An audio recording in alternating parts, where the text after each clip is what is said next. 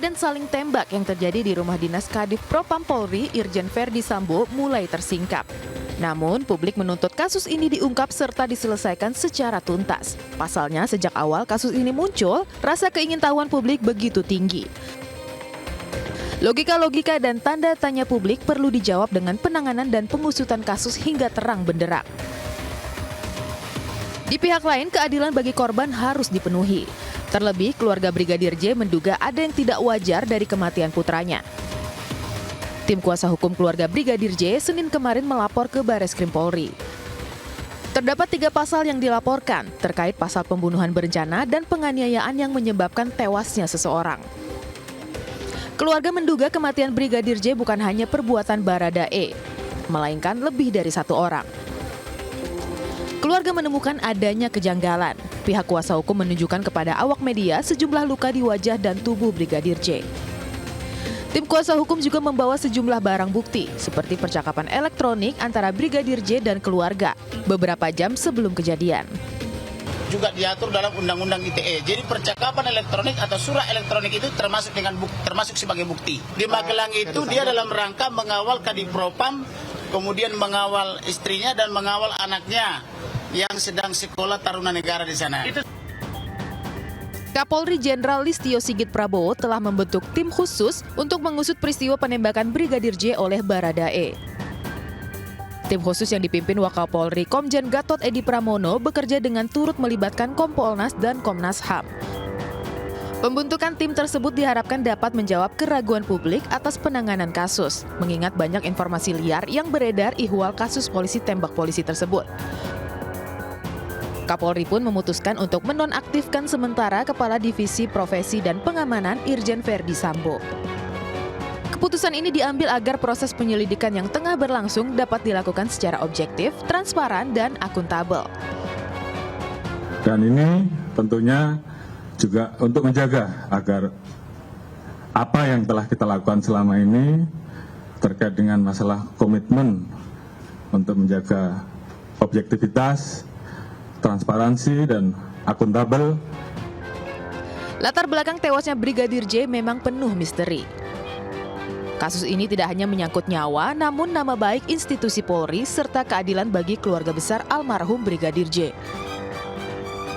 Kemampuan Polri jelas diuji dalam pengusutan kasus penembakan Brigadir J di rumah Sang Jenderal Bintang 2.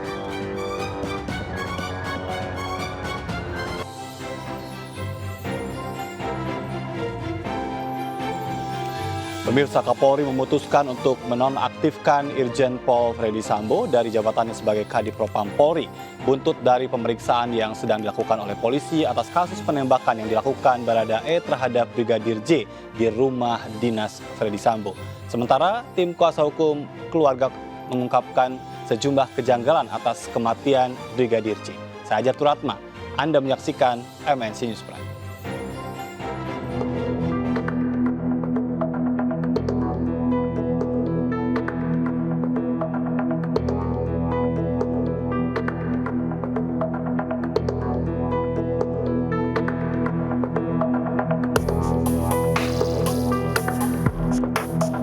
Pemirsa, tim laboratorium dan forensik Mabes Polri kembali melakukan olah tempat kejadian perkara di rumah dinas Verdi Sambo, kawasan Duren 3, Pancoran, Jakarta Selatan. Hingga saat ini aparat kepolisian belum menetapkan tersangka dalam penembakan yang menewaskan Brigadir J. Tim laboratorium dan forensik Mabes Polri melakukan olah TKP di rumah dinas Verdi Sambo, Kompleks Polri Duren 3, Pancoran, Jakarta Selatan. Beberapa anggota tim Puslapfor memotret kamera pengawas atau CCTV yang berada di samping rumah. Olah TKP susulan dilakukan untuk melengkapi berita acara pemeriksaan serta menambah petunjuk dalam kasus aksi baku tembak yang menewaskan Brigadir J. Meski telah dilakukan olah TKP berulang kali, namun hingga saat ini Polri masih belum menetapkan tersangka dalam kasus baku tembak antara Baradae dengan Brigadir J yang berakhir dengan tewasnya Brigadir J.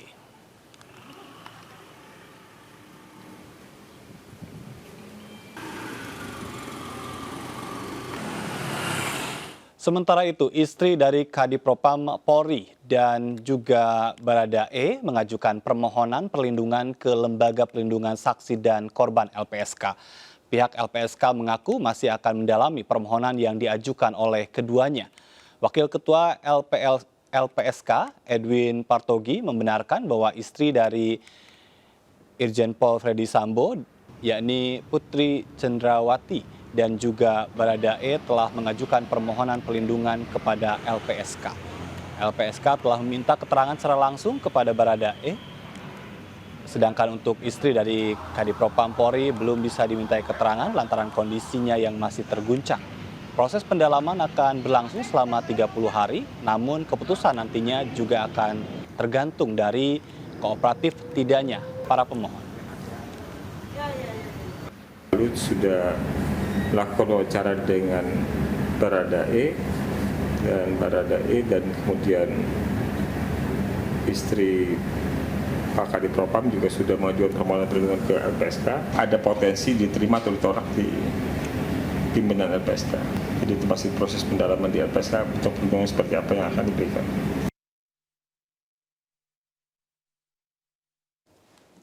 Kasus tewasnya Nofriansyah Yosua Huta Barat atau yang dikenal dengan Brigadir J di rumah Irjen Pol Verdi Sambo naik ke penyidikan, di mana penyidikan perkara Brigadir J saat ini ditangani oleh Polda Metro Jaya.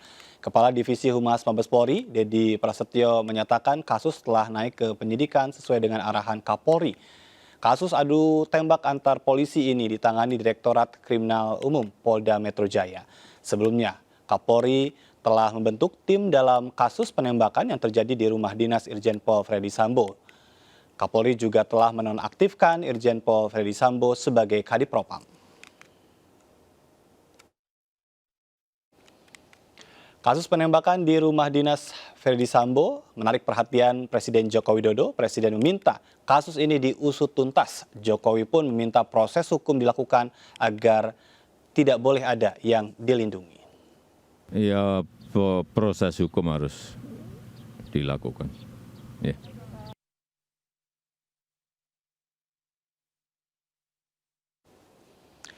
Kapolri menunjukkan komitmennya untuk mengusut kasus penembakan terhadap Brigadir J secara transparan dan akuntabel dengan membentuk tim khusus yang melibatkan pihak luar kepolisian.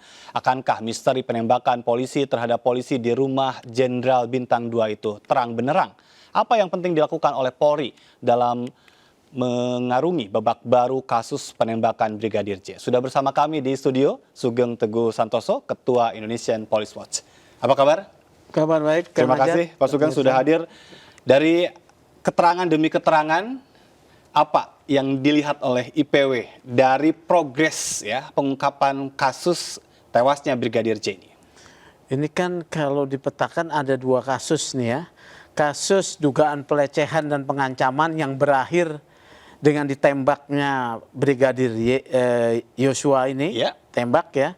Satu lagi ada kasus pelaporan dugaan pembunuhan, ya. Ya, dari keluarga. Dari keluarga melalui pengacaranya. Nah ini mau diapakan nih, ya?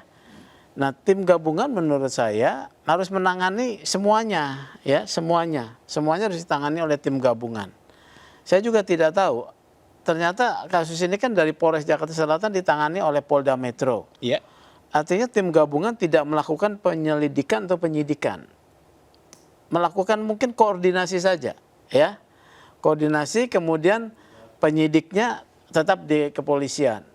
Dari dua kasus ini ada satu sementara ini ada satu pertentangan yang secara diametral. Apa yang Anda lihat pertentangan itu? Pertama ya, hasil pernyataan dari Karopenmas pertama kali hari Senin itu kan menempatkan Brigadir Y ini sebagai pelaku pelecehan dan pengancaman yang kemudian ditembak mati. Dia penjahat. Dia penjahat nih. Tapi kok aneh ya? Penjahat kok diotopsi? Oke. Kalau itu penjahat, satu pertanyaan yang perlu untuk dijelaskan. Kalau emang penjahat kan nggak perlu diotopsi, ya. Karena banyak juga ya upaya pihak kepolisian menembak penjahat nggak perlu diotopsi dong. Ini otopsi untuk apa nih? Atau dia korban? Ya. Sekarang ada laporan, sekarang seperti itu. Kemudian dinyatakan semua itu karena tembakan. Ya, dia mati karena tembakan. Menembak 7 kali, ditembak 5 kali dan kena. semuanya. Iya. Sekarang ada nih laporan dengan dari keluarga membawa foto adanya luka lain. Di wajah katanya ada 3 yang sudah nyata ya. Luka kalau dilihat secara kasat mata bukan luka tembakan. Ada luka tubuh katanya yang tidak saya lihat tapi yang muka. Kalau itu kan berarti luka aniaya bukan karena peluru. Tapi karena percikan peluru. Rekoset nggak begitulah ya. Percikan pecahan peluru tidak begitu. Oleh karena itu untuk menjawab ya, kan sudah ada laporan. Harus diotopsi. Jadi menurut Anda otopsi ulang? Wajib. Hukumnya wajib otopsi ulang ini. Karena ada laporan. Kalau dilaporkan tidak ada tindakan otopsi, prosesnya menjadi tidak lengkap. Ya. Tidak legitimate. Baik. Ya, tidak legitimate. Karena ada laporan pembunuhan dengan bukti awal ada dugaan luka lain selain peluru. Baik, jadi tidak selesai pada pembentukan tim khusus yang dibentuk oleh Kapolri, tetapi tadi tim khusus ini Justru harus fokus pada pengusutan jenazah. Pengakuannya objektif, kredibel dan transparan harus dibuktikan dengan melakukan otopsi ulang. Kalau tidak, pernyataan akuntabel, objektif dan kredibel berbalik kepada mereka. Oke, tapi berkaitan dengan ini kepolisian, Kapolri sudah menonaktifkan dalam artian untuk tidak juga menjadi beban dalam proses pemeriksaan. Sudah tepat itu? Sudah tepat, ya, menonaktifkan artinya menonaktifkan itu melepaskan kewenangannya untuk tidak berada di sekitar kewenangan atau mengintervensi kewenangan. Dengan tujuan tidak terjadi distorsi penyelidikan atau penyidikan atau konflik interest. Karena beliau akan juga menjadi pihak yang dimintai keterangan, ya, jadi sudah tepat, ya. Jadi nonaktifkan itu bukan karena dugaan pelanggaran loh. Iya. Kalau karena adanya pelanggaran itu namanya pencopotan sesuai dengan ketentuan disiplin Polri, ya. Pencopotan ini. Jadi penonaktifan ini tidak juga dipersepsikan oleh publik ini jangan lagi ada apa-apa lagi gitu ya. Iya, supaya tidak terjadi distorsi atau konflik interest lah, ya. Jadi Kapolri menerapkan asas praduga tak bersalah. Tapi saya mau katakan, sesungguhnya di sana ada potensi pelanggaran disiplin, yaitu ketidakmampuan seorang pimpinan dalam melakukan pembinaan dan pengawasan kepada anggotanya sampai saling tembak gitu loh. Ya karena dia melakukan kejahatan, ya berarti juga tidak mampu membina anak buahnya untuk tidak melakukan kejahatan bahkan kepada keluarganya. Baik, siapa sebetulnya yang bisa menjelaskan apakah Brigadir J ini korban atau pelaku kejahatan? Otopsi. Otopsi ulang gitu otopsi ulang, ya. Apakah tidak cukup dengan otopsi yang sebelumnya sudah tidak dilakukan? Cukup, karena pernyataan otopsi sebelumnya itu meninggalkan banyak tanda tanya ketika dinyatakan sebagai hanya akibat tembakan. Padahal kasat mata ada bekas luka lain, ya. Jadi dalam kasusnya matinya seseorang secara tidak wajar, itu berangkatnya bukan memeriksa saksi, tapi melakukan otopsi dulu. Ini tim khusus memeriksa saksi? Ya, menurut saya Anda? tidak tahu karena kita tidak tahu ya periksa apa. Saksi diperiksa ya boleh-boleh saja. Tapi tidak akan lengkap dan legitimate proses tersebut kalau tidak otopsi ulang. Baik. Karena berangkat dari sana. Apakah optimisme masih muncul berkaitan dengan tadi apa yang sudah dilakukan? Tapi kita harus tunda dulu. Kita jeda terlebih dahulu pemirsa. Tetap bersama kami. Tetap di MNC News Prime.